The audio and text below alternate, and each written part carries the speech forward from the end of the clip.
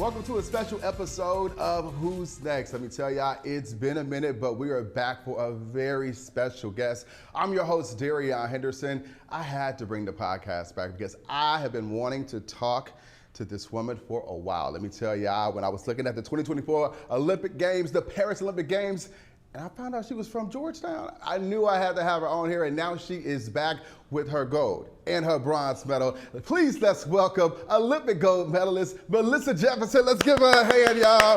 Woo, woo, woo, woo, woo, woo. Melissa. Hello. Listen, let me tell you, you know that famous saying, like, you know, if you want something done, you gotta do it yourself? Mm-hmm. That's what happened with this, okay? So, a few months back, right, we found out about, you know, when you qualified, I'm like, oh my God, we have somebody local going to the Olympics. Oh my God, let's get her. But I'm pretty sure you were so busy during that time where it was like, that couldn't happen.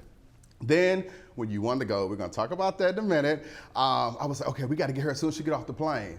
It didn't happen. So I'm like, listen, you know what? She's having this parade. I'm going to get her right here before this parade. So I'm so happy to finally have you on the show. Thank you so much for joining us. Oh, thank you for thinking of this and thinking of me to be here. So I'm happy. Yes, you are amazing. So we're going to talk about a little bit of everything, right? We're going to talk about, you know, your time in Paris. We're going to talk a little bit about Paris. But I first want to start with your upbringing, though, you know, because I feel as if that's what shapes a lot of us.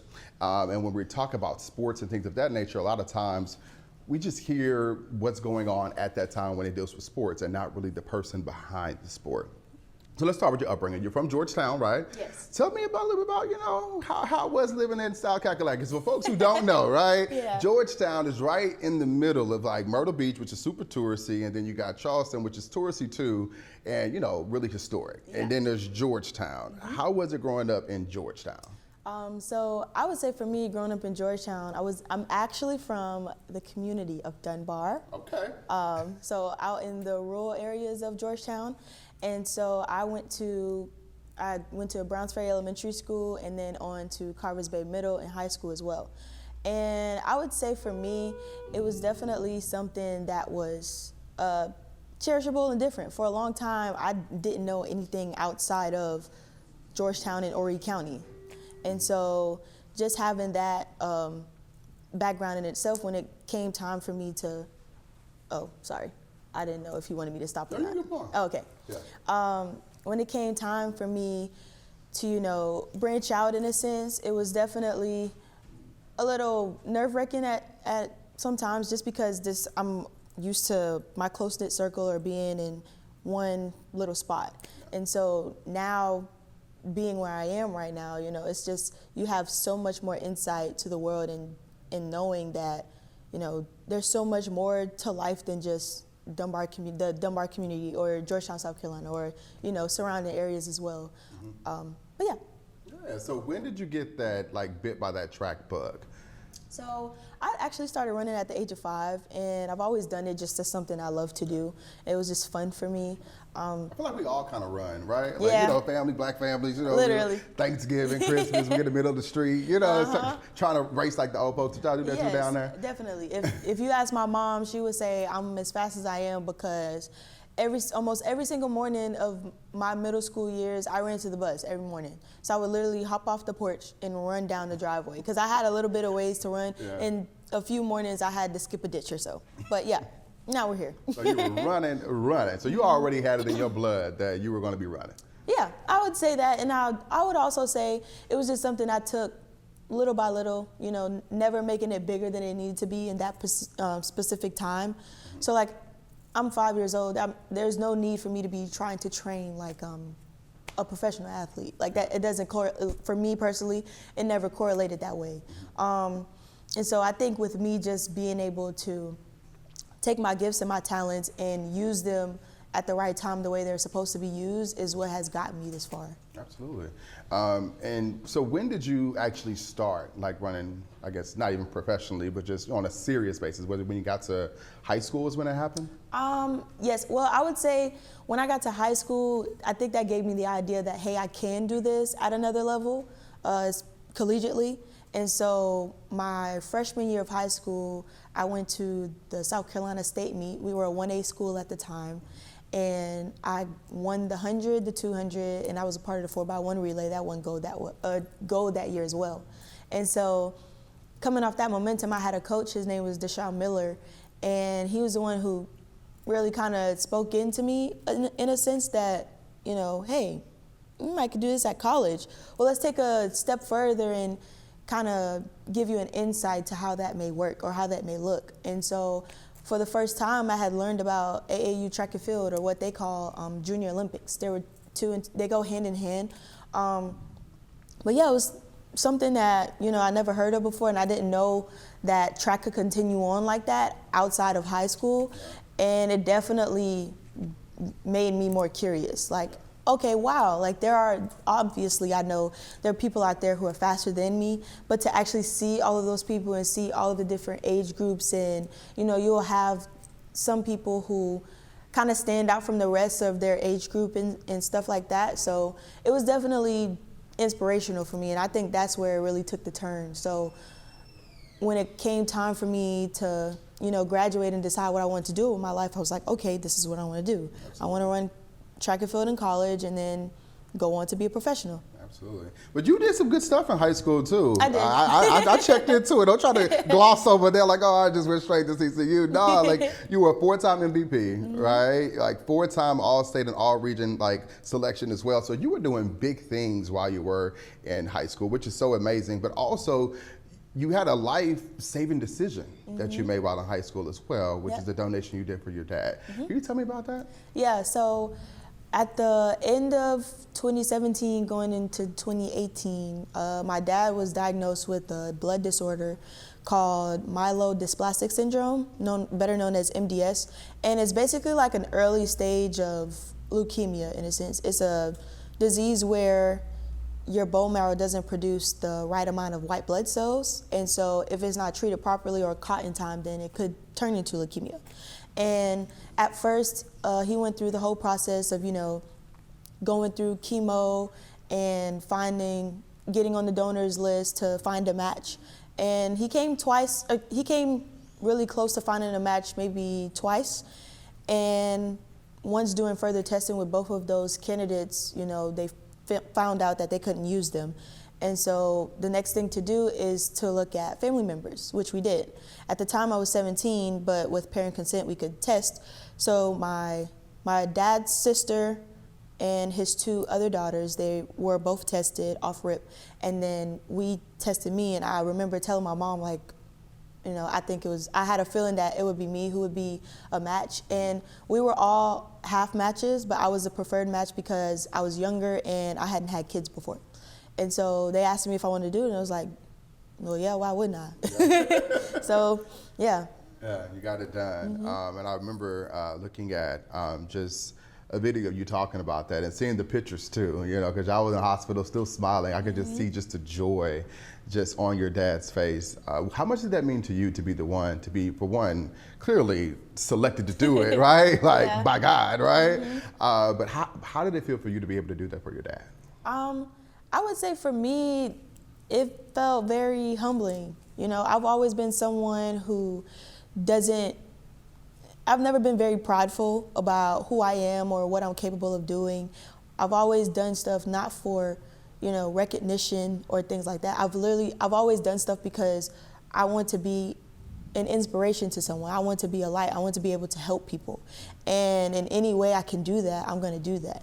Granted, it's my father, and so it's something where, I don't think twice about it. Not at all. I want him around for a long time, and I love him to death. He's literally part of the reason why I'm here. If it wasn't for him and my mom, I wouldn't be here. And it just was something that came full circle. Had they not decided to have me, who knows if he would still be here today. So it was definitely humbling. Absolutely. And how much does your family support just mean to you just in general? Oh, it means a lot. I call them my village. I have people here with me today. I never go anywhere alone. And if I do go alone, they always got eyes on me. They're always calling in and checking on me and making sure that I'm good. And to have people in my corner who support me no matter the outcome, whether it's Melissa Jefferson, who was at Carvers Bay High School and wasn't winning nothing, to Melissa Jefferson, who's now a 2-time Olympic medalist, who's on top of the world. They're there for it all.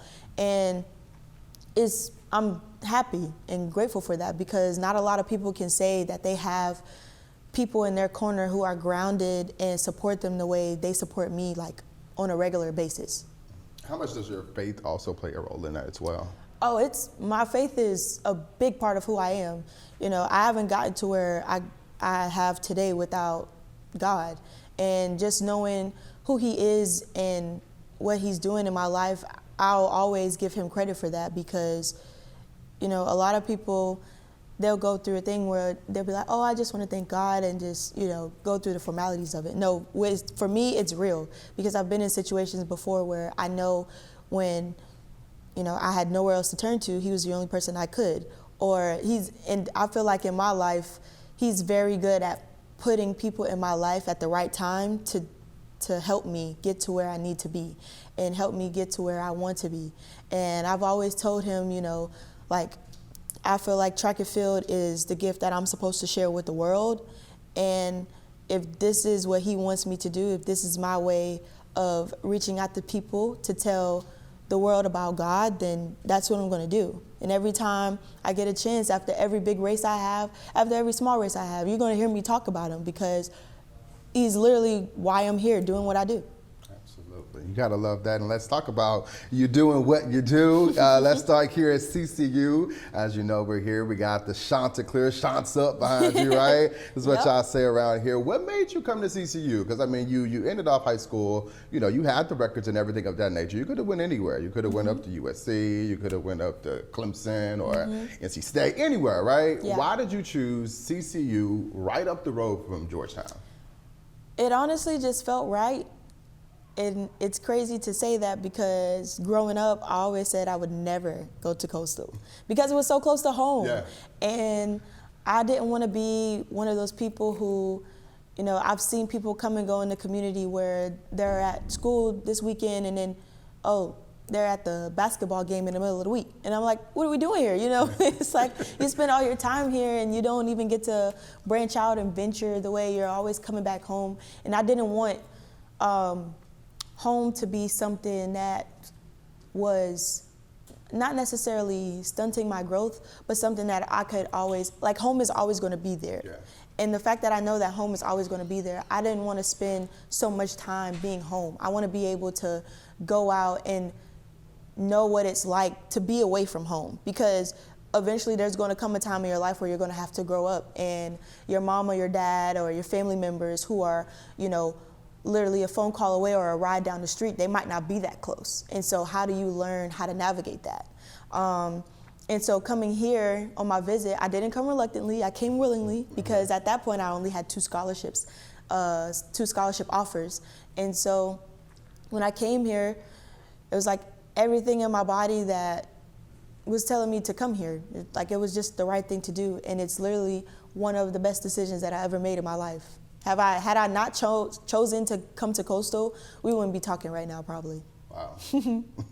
It's a huge statement. That's a huge statement. But when you came here, you got here in 2020, right? Yeah, the fall of 2019. So my spring semester was when COVID hit. COVID hit, yeah. No, we ain't got to go over COVID again. You had enough of that, right? Yeah. But, it impacted a lot, especially when it came to, you guys having outside sports, right? That wasn't a thing at that time. We were all shut down. So during that time, how did you keep your game tight, to still be ready? Because eventually, I'm pretty sure you knew we were going to come back together. Meets were going to come back. How did you make sure your game stayed tight during that time? So actually, when they sent us home, and they were like, stay in the house, I went and got a job. I was like, I cannot stay in this house all day long in this country. I love my people, but I can't do it. But no, so I literally took that time to regroup and find myself and figure out what type of person I want to be in this world. In a sense, I was working at Walmart, so I was literally driving back and forth from Dunbar to Garden City every single day. And I had saved up enough money to be able to put a down payment on a car, to get a car. So you were working. I was working. I was like, look, this is my time to figure out, okay, I'm not going to be the person that comes back home and graduates from school and I have to spend a long time trying to figure out what it is I want to do. Though, like I'm trying to, however I saw fit at the time to get me to where I was needing to go, I was doing it. And at the time I felt like that was working. Just creating a work ethic for myself outside of, relying on my parents, wanting to become an independent woman in a sense. And so when they finally said we were going back to school, I literally told myself this, okay, you're getting another chance to go out here and get better every single day. And when you come out here, don't take the fact that you're back here and everything is kind of back to some type of normal for granted. And that's what I did. Absolutely. And when you came back hard. You came back hard. I was looking at the records too. Like I said, I'm not a sports guy, but I know some good records. All right? You came back and you got the Sun Belt Newcomer of the Year. You got Outstanding Freshman, and you also got Outstanding Track Athlete as well. So I don't know what it was. If it was Walmart, if it was still working out. You came back, and what was your mindset when you finally was able to come back and get it going and hit the track? Yeah, when I came back, it was just something, I sat down with my coach at the time, Coach Goodman. He's no longer here at Coastal, but he was a huge part in my development as a professional, or at Coastal, a collegiate athlete. And so we always had this thing, like we were always 100% honest with each other because we kind of came in the same year. So my freshman year was his first year on the job, and I used to go in his office and bug him every day, like, oh, I want to get better, oh, I want to get better. And for a while, I just felt like I was nagging him because he's like, oh, this girl came out of school running 12 seconds. But that's just our running joke, because and the truth was I did come out of school running 12 seconds, and there were girls on the team who had came in on paper running way faster than I. So my whole thing was, how do I get to those times? Not to those people, but to those times.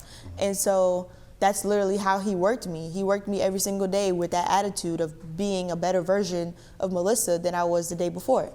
And so coming back from COVID and being with the year that I had, finishing out Newcomer of the Year, Outdoor Performance Person of the Year, it was just the determination factor that I was reaching for higher benchmarks and higher standards for myself. I feel like I hold myself to a pretty high standard because I always feel like anything that I set out to achieve is not going to come easy, and I actually love it that way because when it's all said and done, when the work is paid off, when you have all the medals and things like that, you can be able to look back and really be proud of everything that you've done because you, of all people, know how hard it was to get to where you are.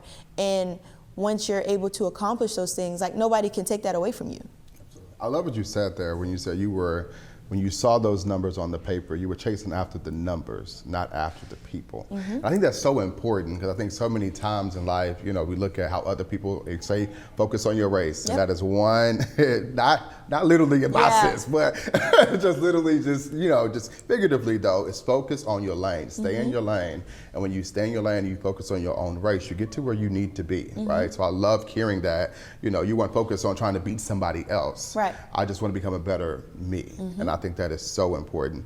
What kept you motivated during all of that? I'm pretty sure your coach definitely was like, listen, you came in my office all the time. You better start performing, right? Yeah. But what really kept you motivated during that time? I would say outside of just, my village, I would really say I was my biggest motivation. I always strive to be the best that I can be at what I do.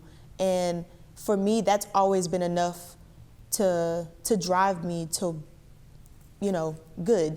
Yeah. And I feel like that's my biggest motivation is me. Absolutely. So once again, I'm not a sports guy, but in the simplest terms possible, how do you get from CCU to Olympic qualifying? What was the transition in that? And what even made you see hey, you know what? I want to go to the qualifications round to see what's going to happen. What was that transition? So in 2022, that was the year where things really skyrocketed for me. And track and field is all about numbers. It's all about time. No matter what may be on paper, it's about who lines up on that day and who gets it done. Yeah. And numbers don't lie, okay? You can't just, say on the win, oh, well, they had a head start or they was jumping a little bit. No, the time is the time. And you see vividly with your own, you can see vividly with your own 2 eyes, who's the fastest on that day or what someone is capable of. And so that's basically how I went about wanting to qualify for things like this, like the Olympics and the World Championship teams and stuff. So it was the numbers. Yeah, numbers. So as long as you run a qualifying time to get to the qualification meet, and this point is, so this year was Olympic trials, and normally it's always U.S. trials, but it's basically like the U.S. championships as well, because you're trying to figure out who's the top 3 fastest in the United States. And so once you figure out those top 3 people, they go on to represent the United States on the world stage, and then we go and compete with all of the different countries throughout the world. And so basically like how the Olympics this year was, or for track and field, was over a course of 10 days. We have something similar to that every 2 years as well, and it's just called a World Championships instead of it being the actual Olympics. Gotcha. So that's led to like the actual qualifying and then being able to go ahead and do that. Yes. Take me to that moment though, when you actually qualified. I remember just seeing the look on your face, the shock on your face, you're jumping up and down. Can you take me to that moment when you qualified for the Olympics? Yes. So I remember going into that meet and just knowing that I was ready to run.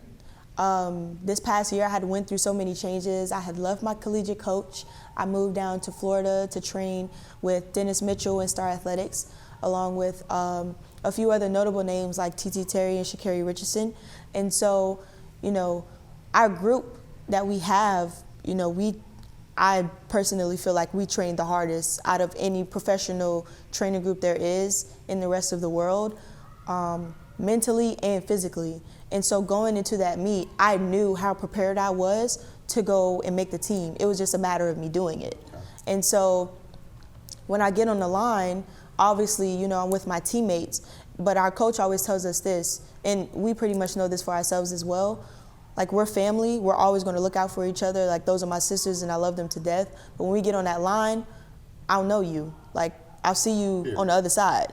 And that just is what it is. Yeah. And so going into that race, I knew like my biggest competitors were my teammates. And so I needed to be able to. That's the 4x100, right? No, so my teammates meaning my training partners. Okay. So TT and Sha'Carri. So we don't train with Gabby Thomas. Okay, she's with another training group. Okay, gotcha. Yeah, and so being that I knew that that was going to be the case, it kind of made it a little less, nerve-wracking in a sense, because I was familiar with the atmosphere that I was in, because we bring that championship felt atmosphere to practice every day. And so crossing that line, I'm like, okay, I see Carrie gets first, so I'm like, okay. And then my name pops up second, and I'm like, yes. And it's crazy enough, when TT's name came up, I like stopped cheering for myself. I was more happy at the fact that she made the team, and then all 3 of us were going to Paris. Like, literally, that's how it went. When I crossed the line and realized that I was going to Paris, my celebration for me was all of 2 seconds. That's how all y'all come together too and just hug each other. How was it to be in that moment, knowing that day in and day out, y'all were training together, looking for this moment, praying for this moment, and then it's here. Y'all are going to Paris. Yeah, it was amazing because we've all been a part of each other's journey to get there. Like, those girls saw me at the beginning of the season when I could barely walk, and I was limping and going through injuries and things like that.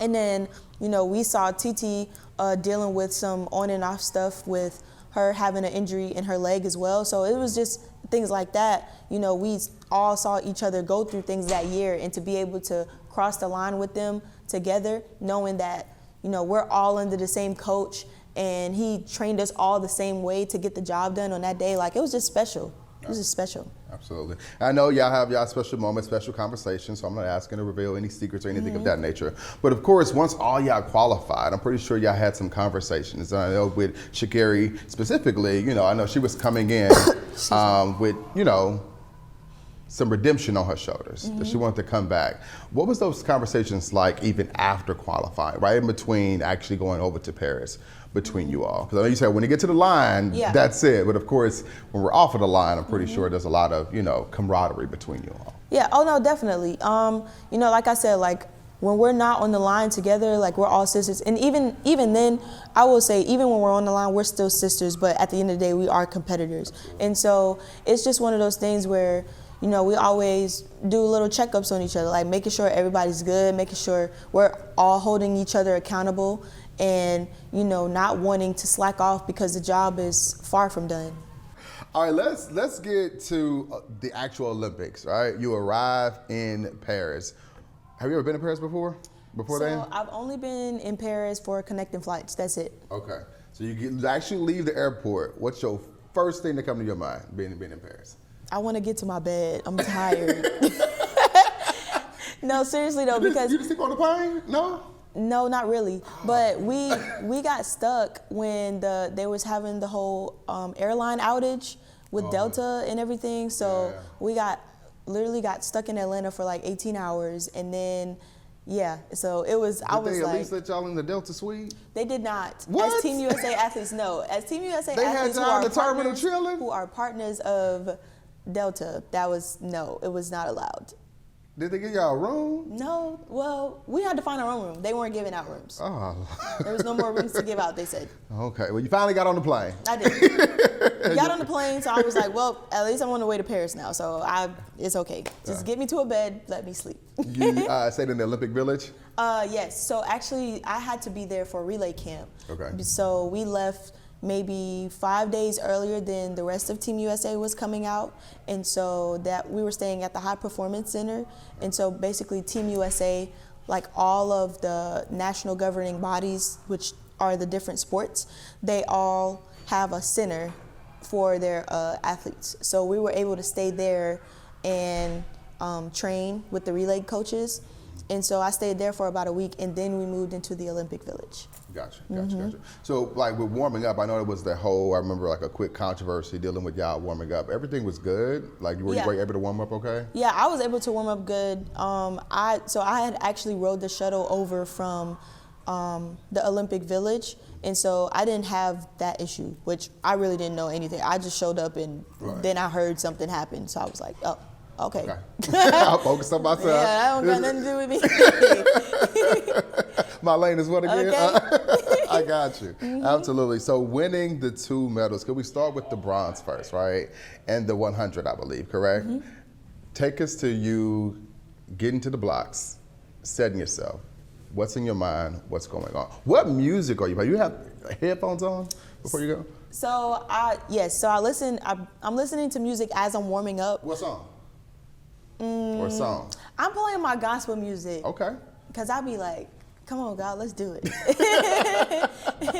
But yeah, no, it's really just like one of them, it's a song, but they're not really like singing. It's more so like fast, upbeat music. Okay. And then the minister, he's basically like just talking. So it's almost like he's preaching in a sense, but he's just like, there's different things that he's saying. So like one of the songs, it says in there, it's like, it's my time, it's my season for victory.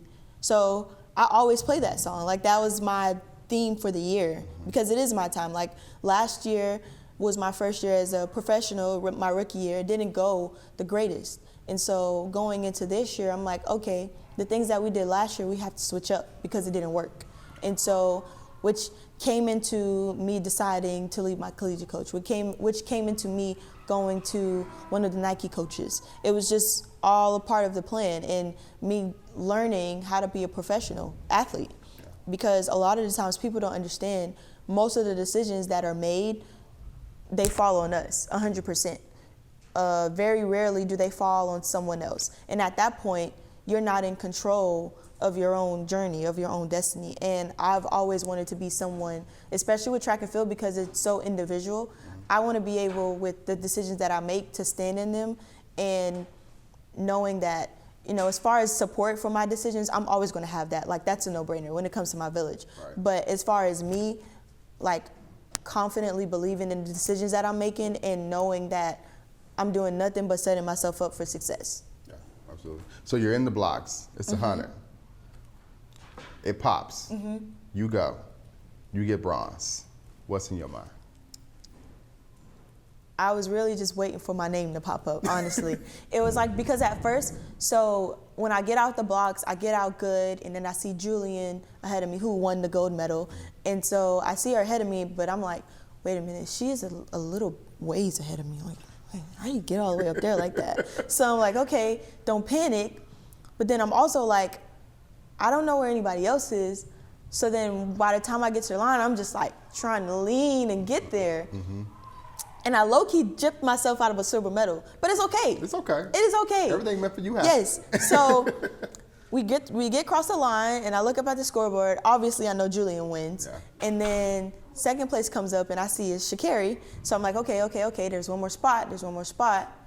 And it seemed like it took 20 minutes for my name to pop up. It wasn't 20 minutes, but that's what it felt like. And when I saw my name pop up, like, all I could do is say yes, like, thank you, God, that's over. Oh my gosh. Like, there was just so much joy in that moment. Like, that's all I could feel was joy. And just knowing how far I had came to get to that moment. Like, at the beginning of the year, my coach didn't even know if I would be able to have my first race until maybe like the end of May. So it was something like, you know, a lot of people don't really know how much went into that. And that's why, like, honestly speaking, my bronze medal is my favorite medal. Like, I love that medal with my whole heart, because it was so much that went into getting that. And it's you. You know, it's like one thing, of course, we're going to talk about the 4x100 too, but like, when it's literally you, I did that. Yep. You know, like, that brings you just the most joy. So I can definitely understand why that is like definitely the one for you. It was a couple days, right, in between you winning the bronze. Yeah. How long did you sit in that before you had to like be like, okay, I got to get back to it because I have the 4x100 coming up? Maybe like a day and a half. Okay. So obviously that night I didn't go to sleep. It was like, my fiance was like, go to sleep. And I was like, no, I don't want to go to sleep. So I didn't go to sleep until like maybe like 5 o'clock in the morning. And then I woke up again at like 9 because I had media stuff all day. And so that was a long day. When did you finally say, okay, now I got to lock in. I have this other race coming up, and now it's a team project. Now it's a group project. When did you all start practicing for that? So it was probably 2 days after the 100. And then we had maybe 2 practices, because then the third day would have been the day of the prelims. Yeah. So it was definitely hard to like be on this high, ride the wave for a little bit, and then come back down.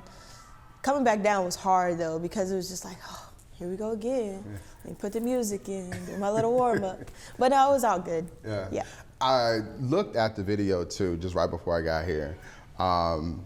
Of you prepping, because NBC had the camera on you the whole time, of course being the first one, right? First one out the blocks.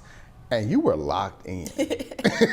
Let me tell you, you were locked in. Like, I'm like, okay, she about to get it. What was in your mind? If you could think back at that time, what was in your mind during that time when you were stretching and just getting into that mode? I was like, well, I'm not gonna leave here with just 1 medal. I'm gonna leave here with 2, and it better be gold, because I didn't get a gold the first time. So you don't got no choice but to go out there and dominate.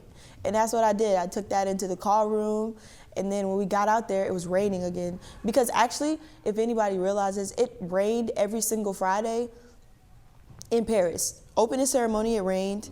The night of the 100-meter final, for us, it rained. And then the night of the 4x1 final, it rained as well. And so. Were you on the boat, by the way? I was on the boat. You got drenched, didn't you? I did. I did. I definitely did. I don't regret it. You have a poncho on, or were you just thugging it out? Yeah, that poncho ain't do nothing. Okay. It just kept raining, so it was just, you know. Yeah, y'all were looking just miserable on that boat. It was good in theory, but the weather just it gave y'all no. No, definitely. My coach was like, I don't think y'all should go out there. And we like, we going. Yeah. I don't care. Out there with the poncho on. That did nothing, but it was so good seeing y'all on that boat though, and going down the river. How was it seeing the Eiffel Tower out there? Oh, it was beautiful. I actually have a picture with it. It was beautiful. The Eiffel Tower at night lit up, especially with the Olympic rings. Yeah. Top tier. Top tier. Okay. We'll get to the medals. And you having a piece of the Eiffel Tower in it as well. But anyway, back to the 4x100. It happens. You're out the gate. You go, boom, you place. Next thing you know, Sha'Carri finishes up, gold medal. The joy. I saw you locked in the beginning, but the joy afterwards and all y'all coming together, like you said, through all three of your sisters, but two of them definitely when you work day in and day out with. How did it feel in that moment to get that gold medal and walk away with it? It felt like everything I had worked my butt off for the past 10 months had finally paid off. And I was like, well, time to go home now. Because Paris was fun. It was definitely probably one of the most mentally draining meets I've ever been at. Just the hype around it all and the atmosphere and everything, but it was good. Let's talk about the medals, because I know you were talking about how it was so wonderful seeing just the Eiffel Tower. I remember seeing a story from NBC saying that within that medal right there you have around you, a piece of the copper, I believe, from the Eiffel Tower is made with that thing like right there in the middle, like that middle part of it. You have a piece of the Eiffel Tower just leisurely just around your neck right now. I'm pretty sure that gotta feel amazing, right? It definitely does. I would say I really don't wear these a lot. But when I do, I'm just like, oh wow, yeah, that is kind of cool. Bye-bye. I'd be more caught up in telling people like, yeah, this is a piece of the Eiffel Tower. I don't really be like, oh wow, yeah, like, yeah. Yeah. I be bragging to other people. I just, how people be like, wow, like you're really an Olympic gold and bronze medalist. I'm just like, yeah, I guess so. You're right, say, don't forget it, say it twice. Let's talk about Paris too, because listen, I went to Paris back in like 2015, right? I hated it. It was like, I don't know, Paris was like, you see all the videos and the images, and like you said, the Eiffel Tower is beautiful, it's a gorgeous place. At night. Yes. Bam. Bam. Because as soon as the lights come on, you're like, now what is this? Like, it's giving, ghetto. Like, what's going on? What's going on? What was your idea? I did love the escargot. Did you try it? The snails? I did not have escargot in Paris. I did it. Okay. I've had it before. You had it before? Okay.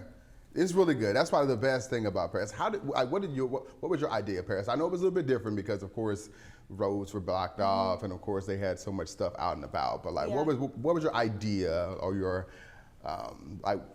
outlook on Paris? So going into Paris, I actually didn't have high expectations for it. It actually was everything I thought it would be. You think? Really? Like literally, Paris is New York City. It is. I don't know why I expected it to be like immaculately like clean though. Who? I thought it was gonna be. No. I thought it was, and I don't know, because I was in London right before, so it's like coming from like this place that's like all spiffy and stuff. It's like the Chicago of like, or whatever, because Chicago is kind of clean or whatever, right? To be like a big city as it is. But then going over to Paris, it was like, wait a minute, I gotta clutch my pants, you know what I'm saying? Like my pockets, what's going on, New York City. Yeah. It's New York. I was taken aback by it. I mean, I still love it. I still tell people go, get your picture in the Eiffel Tower. Then I don't know if you got to go back again, but it is a cool place though. So it's cool that folks get to experience it. It's the fashion capital. I guess that's the good part about it. I did shop there. Okay, what you get? Some Louis? I got Christian Dior. Okay. I got some shoes. All right. They was like special edition. Okay. Literally for the Olympics. So it was cute. That's cool. I was like, I need me some cool shoes to walk in to the warm-up track. I really did buy the shoes. You did? Look at you. Coming back with some Paris, all that good stuff. All right, well, let's get back over here in the United States. Your Georgetown Parade. They are really happy for you down there. Let me tell you, they are so excited. The parade, that's all we could hear about. We've been talking about it for literally weeks now, and it's finally here. How does it feel just for it to be here and to see, I know you say you're from Dunbar, right? But just to see everyone down in that area, that Georgetown region, I'll say, just so excited for you. Well, I would honestly say, like, this parade, like, yes, I'm from Georgetown and it's being held in Georgetown, But this parade is so much more bigger than just Georgetown. Like between Georgetown and Horry counties, like at this point, I honestly feel like I'm from 2 different counties because Horry County has shown me just the same amount of love and support throughout the years, especially with me being here at Coastal and everything. And so not only that, but just surrounding areas, like there are people coming in literally from near and far to come and celebrate me, and that's like mind-blowing. Like I'll always be forever grateful and thankful for that. And I know it's going to be some loud folk down there having a good time. We were in the living room when you won the 4x100. And let me tell you, your family, that was so cool. So I actually watched that video too right before we came here. They were so excited for it. I'm pretty sure you watched the video too and know about it. But let me tell you, they were just so excited. And I'm pretty sure it feels just so good being able to come back and just to have your family proud of everything that you do. Of course, you have so much other stuff that you did even before then. But I'm pretty sure now just coming back and them seeing the gold medals. I mean, you bringing it in 2 cases, you know, how does it feel? Even like with your little cousins. I know for me personally, going home and my little cousins being proud of me, that just means so much. It does. How does it make you feel? It does. So I actually had a chance to spend some time with my immediate family last night, and like my smaller cousins, they all my nieces and nephews at this point. But you know, I really was having a ball. I was in the house playing Ring Around the Rosie with them, just chopping it up, living it up. I was enjoying myself, and just being able to be around my family and being able to enjoy them before everyone else gets to, you know, like love on me and everything. Like it's definitely special because I know Saturday is gonna be crazy. And so, you know, I've really been taking these couple of days to just like really spend time with the people who are really, really close to me and things like that. So I'm definitely enjoying it. And it's also just, like I said again, just very humbling, and I'm just grateful for it. Like I could be able to bring this amount of joy to them. Absolutely. It's being so young too, and knowing that they understanding it now, but when they get so much older, like when they're gonna really, really get it, you know, it's gonna be like, that's my cousin, you know, like when you're in the history books, right? Like that was my cousin, that's my cousin. Like what you talking about, you know, there's just so much joy, right? So we got a couple more things. I know you got some other stuff to do, right? I won't take up too much of your time, but we do have 3 segments here on Who's Next that I want to get to. And the first one is Mental Matters, because we wanna make sure that folks are right. You know, it's a big thing. I know I hear a lot about it. You know, you hear a lot about it when it comes to the Paris Olympics. Simone Biles is really big on mental health and mental health awareness. Sha'Carri Richardson as well, talking about her mental health too. So my question to you is how do you cope with all the pressure as well and the mental pressure? And what are some maybe your escapisms, you know, that maybe can help others? Honestly, when I feel like it's beginning to feel too much, I actually resort back to family, and I really just like to be around my people. And so that's a way of me like coming down and kind of guarding myself from the outside world a little bit. Even though most of my interactions with the outside world is very good, you know, luckily for me, I don't have to deal with, you know, like a lot of people, oh, well, she didn't deserve that, or da-da-da-da. Obviously you have those people like that, but for the most part, I don't see it, I don't hear it, I don't really have to deal with that. But just, you know, sometimes having so much love and support can also be a little bit on the overwhelming side as well. So I just like to resort to family and just, you know, stay in my little bubble. And so, you know, actually which is kind of why we had the celebration now in October, because I really wanted to have a time where I could like come down and really bask and soak in what I've done, so that when people see me, it won't be like I'm just going through the motions, or you'll be like, well, Melissa's there, but she, you know, she seems kind of off or whatever. I always want to be me. And so I feel like the best way to do that is to take care of me first. And that's, you know, taking that time to myself to really understand the magnitude of what I've done versus just jumping right into the fire and letting everybody celebrate me and stuff. Because then it's like, oh man, like it's like once it's over with, I'm like, well, that was that. And I really don't have any memory of it. Right. And what you were saying is key, because it's all about time. And can 100% identify with that too. Yep. I take a week home, Christmas to New Year's, and I do that because, just like you said with your little cousins, I want to be able just to sit down and just do nothing with y'all. Play Ring Around the Rosie, Yep. play whatever game y'all got on that iPad. Just give you that time, because time is something that we can't get back. Yep. So when we're there, when you're present, that's something, like you said, that you'll be able, and it's not just an event. They whisk you in, you do the parade, they whisk you out because you got to be somewhere else Right. by Sunday at 5. And I feel as if that's when you're really living in the moment, and it feels as if that's kind of where you're at right now. Yeah, it definitely is. Like, I would say as of recently, I've definitely been trying to cherish more of my time that I have, just with everything, whether it's family, whether it's an event that I have to do. I will say this past month of September has been absolutely busy, and October is about to be even more busy. And so, it's just something where I always want to make sure I'm taking the time to make sure that I don't get burnt out, or making sure that I'm checking in with myself like, hey, you all right? Like, I know this was something you're supposed to do today, but maybe you shouldn't do that. Maybe you should just chill out, lay down, watch TV a bit, just chill out. Yeah.